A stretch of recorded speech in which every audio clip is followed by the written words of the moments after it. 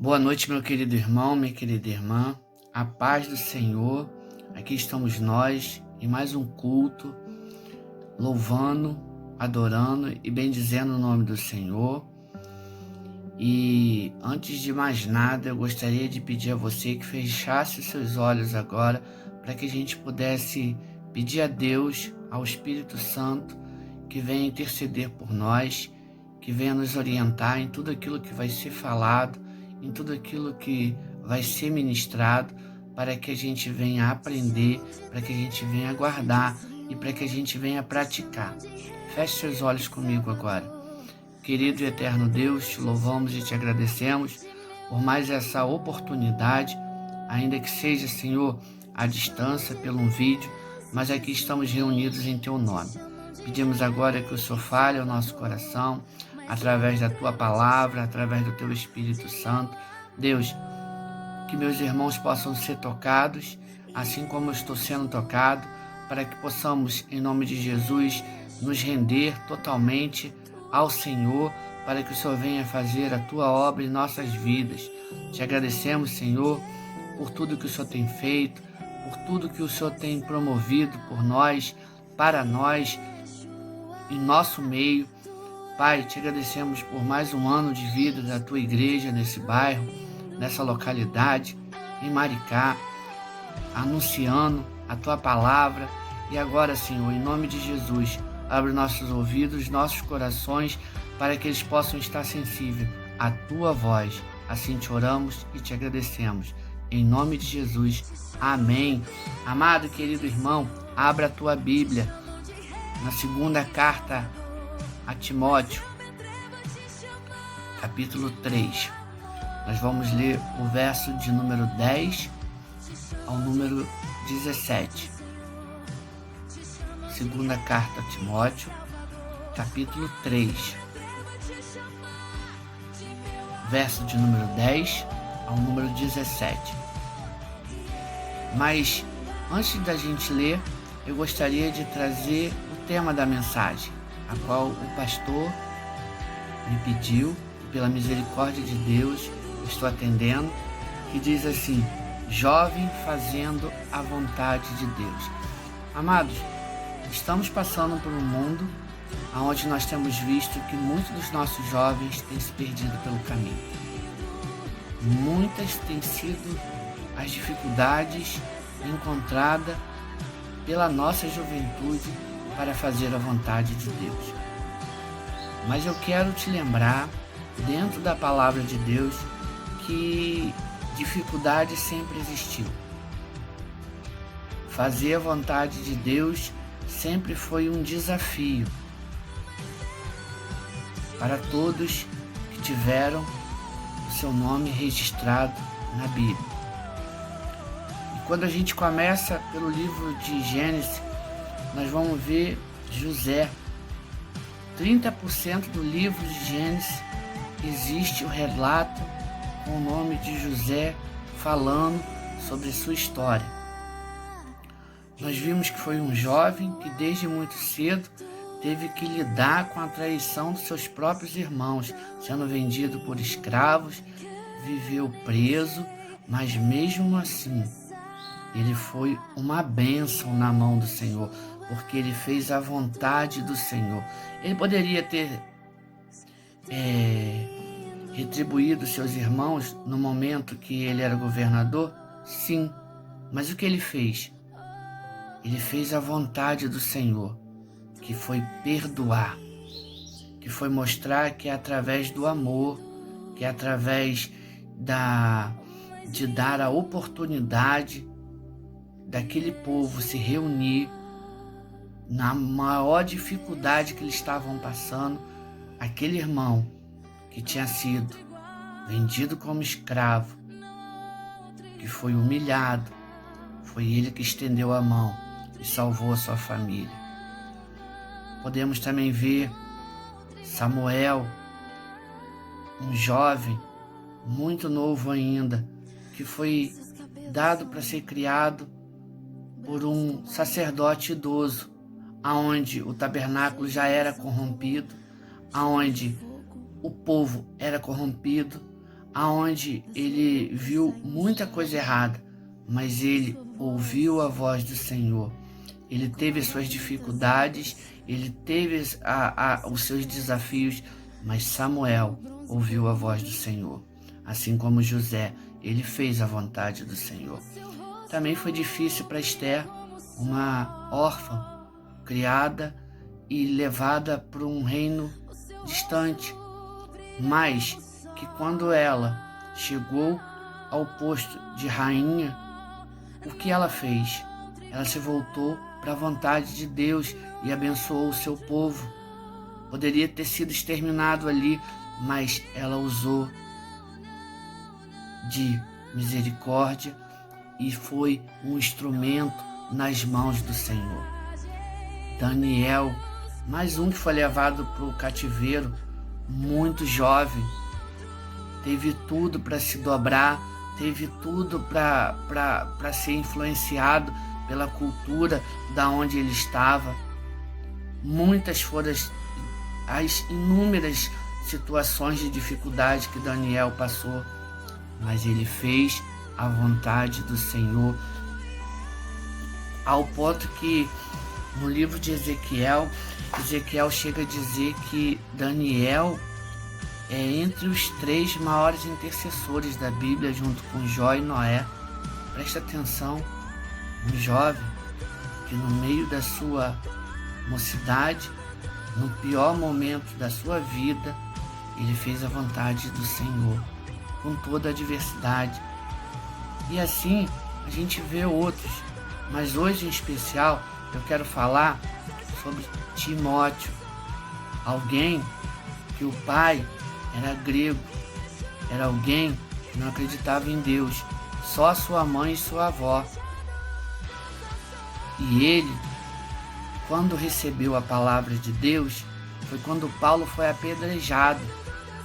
Isso mesmo, Paulo, o grande missionário, o grande apóstolo, quando na sua primeira viagem, quando ele esteve na cidade de Listra, depois dele pregar o evangelho, aquelas pessoas reconhecerem que era a palavra de vida, aqueles homens, logo em seguida, os que não entenderam, apedrejaram, ele saiu como morto.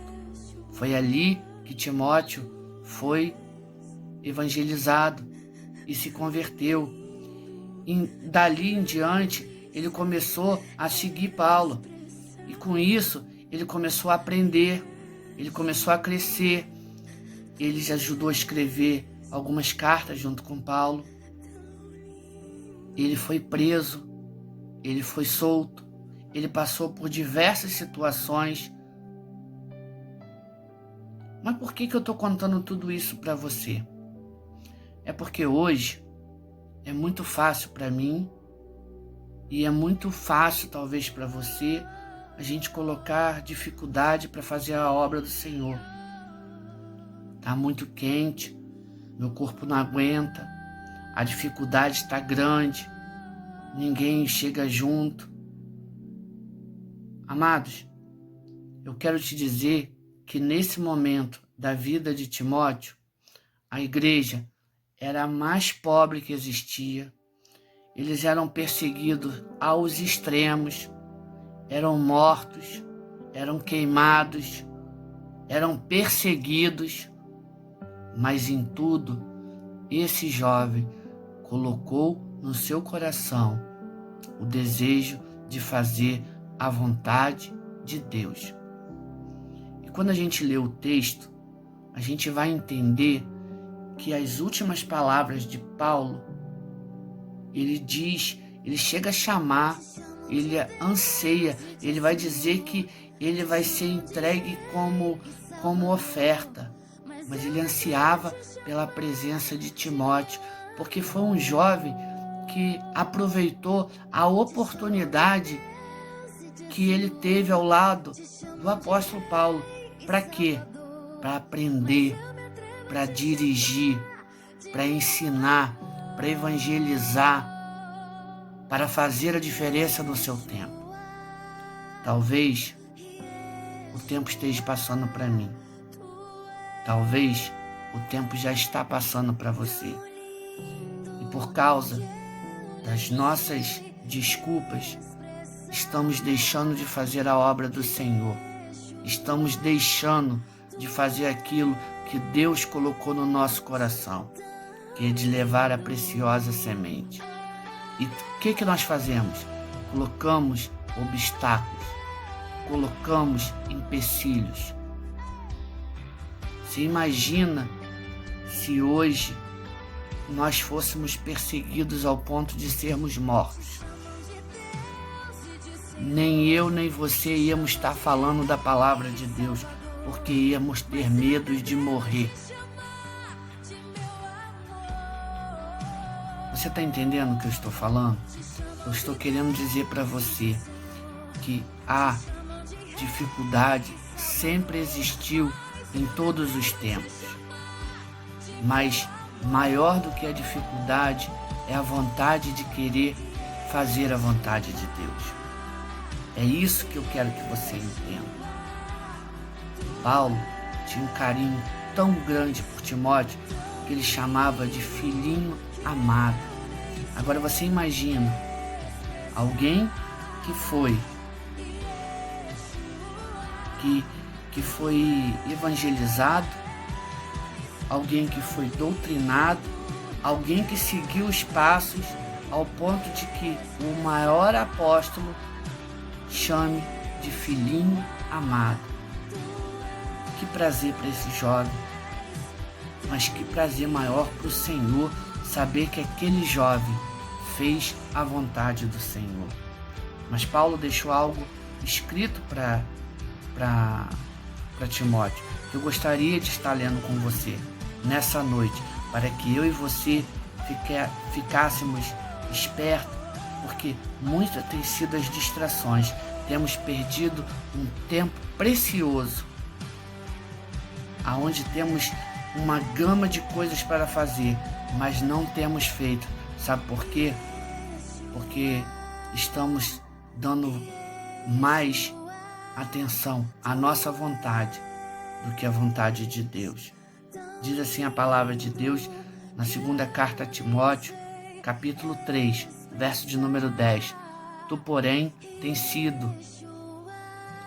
seguido a minha doutrina de modo de viver, de intenção, de fé, de longanimidade, de caridade, de paciência, perseguições e aflições, das quais me aconteceram em Antioquia, em Icônio, em Listra. Quantas perseguições sofri, e o Senhor em todas me livrou. Paulo está lembrando para Timóteo de tudo aquilo, desde a sua conversão até aquele exato momento, quantas coisas ele tinha vivido, e que todas aquelas coisas o Senhor deu a ele a vitória. Embora ele estivesse preso, sabendo que ele ia morrer, ele ainda tinha o prazer de dizer para aquele jovem: continua, porque vai valer a pena. Você me acompanhou desde quando eu fui te evangelizar, quando eu cheguei na sua cidade, que eu fui apedrejado. Eu poderia não ter voltado, mas eu voltei de novo. Eu continuei pregando e você me acompanhou. Você tem me acompanhado. Você tem visto a minha dificuldade, mas você também tem visto que em todas essas coisas o Senhor tem me feito vencedor. E continua o texto ele falando. E também, verso 12, todos os que piamente querem viver em Cristo Jesus padecerão perseguições, mas os homens maus, enganadores, irão de mal a pior, enganando e sendo enganados. Amados, o que eu vejo, o que você vê, é que existe nesse mundo enganadores, pessoas enganando. Tem pessoas que estão sendo enganadas e perdendo a sua salvação, e pessoas estão indo de mal a pior. Paulo está dizendo: Timóteo, olha para essas pessoas, eles estão indo de mal a pior.